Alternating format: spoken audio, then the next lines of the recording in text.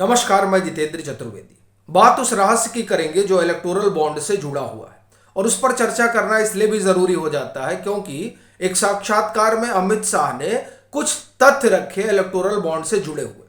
उसको लेकर कहा जा रहा है कि वो बिना सिर पैर की बात है। तो क्या वाकई में बिना सिर पैर की बात है? एक, फिर उन्होंने क्या कुछ कहा इलेक्टोरल बॉन्ड को लेकर? दो, तीसरा, यह भी कहा जा रहा है कि इनकम टैक्स डिपार्टमेंट और इन्फोर्समेंट डायरेक्टरेट के जरिए एक वसूली का धंधा चलाया गया और वो धंधा दरअसल चंदे का है जो इलेक्टोरल बॉन्ड से हासिल किया गया।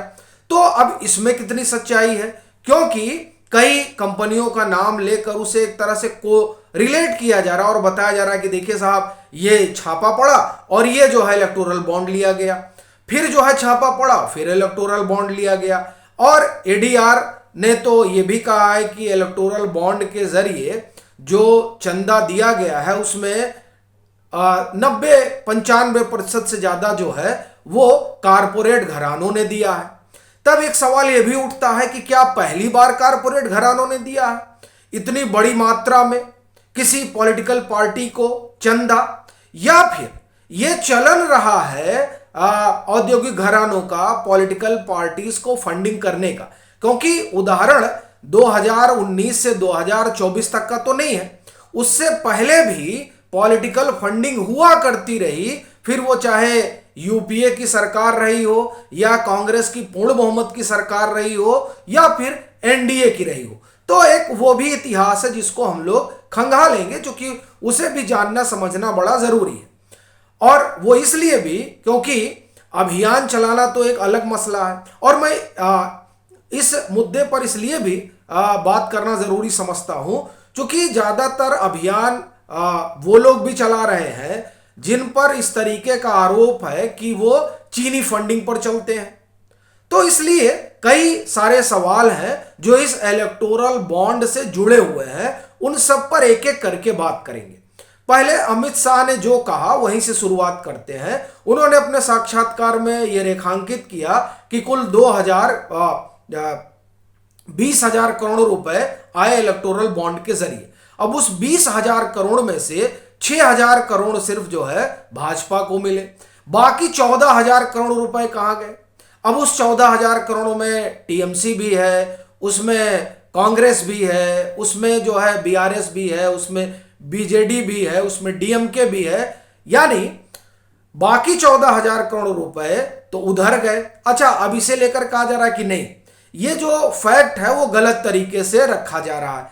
अब इसमें गलत तरीके से क्या रखा जा रहा है ये थोड़ा समझ से परे है और मैं इसलिए भी ये सवाल उठा रहा हूं क्योंकि 6,500 करोड़ रुपए भाजपा को गए, ये आंकड़ा है, और उसके अलावा शेष कहां गए ये इसका भी आंकड़ा है कि 1,600 करोड़ रुपए जो है वो टीएमसी को गए, 1,400 करोड़ रुपए कांग्रेस को गए। इस तरह से सभी पार्टियों का अपना ब्यौरा है। तब सवाल ये उठता है कि इनको जो चंदा आया वो धंधा नहीं है, लेकिन अगर भाजपा को चंदा गया तो वो धंधा है। और ये सवाल इसलिए भी उठ रहा है क्योंकि कहा जा रहा है कि साहब ईडी और आईटी का छापा जहां पड़ा उन लोगों ने इलेक्टोरल बॉन्ड ले लिया और उस इलेक्टोरल बॉन्ड जो ईडी और आईटी के छापे के बाद इलेक्टोरल बॉन्ड लिया गया उसका संबंध जो है वो जोड़ा जा रहा है कि वो जाहिर तौर पर सत्ताधारी दल को गया। चूंकि ईडी और आईटी भाजपा के पास है तो इलेक्टोरल बॉन्ड जो है उसी को दिया गया होगा। अब इसमें मैं एक आपको उदाहरण बताता हूं, चूंकि कई कंपनियों की बात हुई है। वैसे आगे बढ़ूं उससे पहले एक चीज और बताऊं कि कुछ लोग ये भी कह रहे हैं कि पूरा इकोसिस्टम अडानी को ढूंढ रहा था और उस इलेक्टोरल बॉन्ड जो कंपनियों ने खरीदा है 337 पेज का है, उसमें कहीं अडानी का नाम मिला नहीं, तो हरावल दस्ता दूसरी दिशा में छोड़ दिया गया। अब ये कहा जा रहा है, मैं उस कहे पे नहीं जाऊंगा। अब क्या अभियान चल रहा है वो एक अलग मसला है। बड़ा सवाल ये है कि जो ईडी और आईटी की बात की जा रही तो क्या वाकई में ऐसे है? उसमें मैं एक कंपनी का उदाहरण लेता हूं, रमके ग्रुप के बारे में कहा जा रहा है कि इसने भी 100 करोड़ रुपए का बॉन्ड खरीदा था और उसके बाद में ईडी और आईटी के छापे की बात की जा रही है। देखिए, पहला जो ईडी का छापा रामके ग्रुप पे पड़ा वो पड़ा 2013 में, जनवरी 8 2013। ये आप जाके गूगल पे देख लीजिएगा, ये इकोनॉमिक्स टाइम्स की खबर है। ईडी अटैच राम के ₹135 करोड़ एसेट इन जगन केस। अब बड़ी मजेदार बात यह है कि जो रामके ग्रुप है वो जगन मोहन रेड्डी से जुड़ा हुआ है। जगन मोहन रेड्डी वो शख्स हैं, जब यूनाइटेड आंध्र प्रदेश हुआ करता था उस समय जब उनके पिता का निधन होता है तो वो ये चाहते हैं कि कांग्रेस उनको मुख्यमंत्री बना दे, लेकिन कांग्रेस उनको मुख्यमंत्री नहीं बनाती है और फिर वो अपनी अलग पार्टी बना लेते हैं। अपनी अलग पार्टी बनाने के बाद ईडी और सीबीआई छोड़ दी जाती है जगन मोहन रेड्डी के पीछे, क्योंकि जगन मोहन रेड्डी एक संभावित खतरा बन सकते थे कांग्रेस के लिए। इसलिए कांग्रेस चाहती थी कि उसे क्रश कर दिया जाए और भ्रष्टाचार के आरोप के जरिए जो उनका अपनी लेगेसी है उनके पिता की उसको खत्म कर दी जाए, लेकिन ऐसा हुआ नहीं। और अभी तो वो मुख्यमंत्री भी आप जानते ही हैं, तो वही राम के ग्रुप है जिस पर 2013 में छापा पड़ता है। फिर आप देखिए दूसरा छापा जो खबर है वो पड़ता है 27 मई 2015। ये बिजनेस लाइन की खबर है, बिजनेस स्टैंडर्ड की। फिर अब हम आते हैं तीसरे छापे पर। ये बताना बड़ा जरूरी है। तीसरा आईटी का छापा पड़ता है 2018 में। अब आप देखिए कि ये छापे पड़े, पहला 13 में पड़ा, फिर 15 में पड़ा, फिर 18 में पड़ा। अब जाकर वो फिर जो है वो इलेक्टोरल बॉन्ड खरीदते हैं। सवाल ये उठता है कि छापा तो 2013 से चल रहा है, तो इस छापे का और उस इलेक्टोरल बॉन्ड का कोइंसिडेंस जो ढूंढा जा रहा है वो कितना सही है, ये सबसे बड़ा सवाल है। दूसरी बात, कहा जा रहा है ईडी और आईटी के जरिए ही सब कुछ कराया जा रहा है। अभी पीछे राज्यसभा का चुनाव हुआ उत्तर प्रदेश में, वैसे तो तकरीबन 55 या 56 सीटों के लिए हुआ था, जिसमें उत्तर प्रदेश से 8 भाजपा के उम्मीदवार थे और 3 जो है वो सपा के उम्मीदवार थे। वहां क्रॉस वोटिंग कर देते हैं सपा के जो विधायक होते हैं, उसमें एक विधायक वो होते हैं जो गायत्री प्रजापति से जुड़े होते हैं।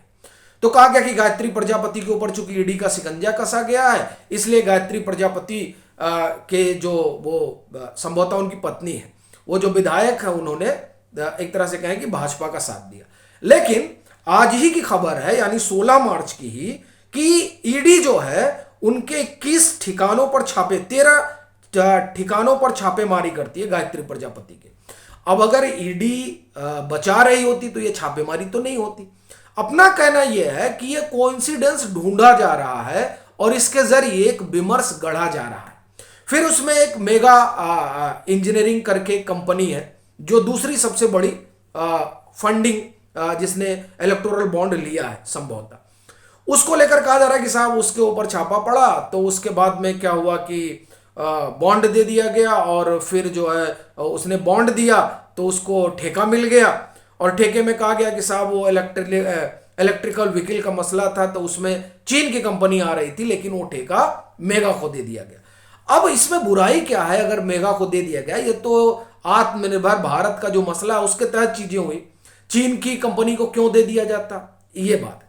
तो मुझे लग रहा है कि ये जो कोरिलेट करने की चीज हो रही है, ये दरअसल विमर्श ज्यादा है उनके जरिए जो खार खाए बैठे हुए हैं, और खास तौर से इस कारण भी चूंकि उनका अपना जो आप ये कहें कि चाइनीज एंगल है वो खुला है। दूसरी बात, एडीआर की जो रिपोर्ट है जिसका हवाला दिया है दवायर ने, मैं देखा उसको। अपना सवाल यह है कि आप सब लोग चूंकि एक्टिव रहते हैं सोशल मीडिया पर, मुझे लगता है आपको एडीआर में जाना चाहिए, या आप गूगल पे जाइए और डालिए कांग्रेस डोनेशन लिस्ट। जब आप उस लिस्ट में जाएंगे तो आप पाएंगे कि 1 से 10 पेज तक, 1 से 10 पेज है, तकरीबन 1000 के आसपास मुझे लग रहा है डोनर होंगे। वो आप उसमें खोजिए कि कितने जो हैं वो 2004 से 2014 के बीच इंडिविजुअल रहे जिन्होंने कांग्रेस को फंड किया। दरअसल कंपनियां ही फंड करती रही हैं, वो हमेशा से चलन रहा है, लेकिन इस तरह का माहौल गढ़ा जाता है। तो ये तमाम चीजें हैं जो बुनी जा रही हैं और उसके जरिए 2024 के लिए एक जमीन तैयार की जा रही है और उस जमीन तैयार करने में इकोसिस्टम जुटा हुआ है। मुझे लगता है कि अगर इलेक्टोरल बॉन्ड के इतर कोई और मुद्दा लेकर ये लोग चलते तो उसमें ज्यादा सफलता मिलती, खास तौर से भाजपा को पटखनी देने में। बाकी आपकी अपनी क्या राय है जरूर साझा करें। मतांतर से नहीं जुड़े हैं तो जुड़ें, वीडियो को लाइक करें और खूब शेयर करें।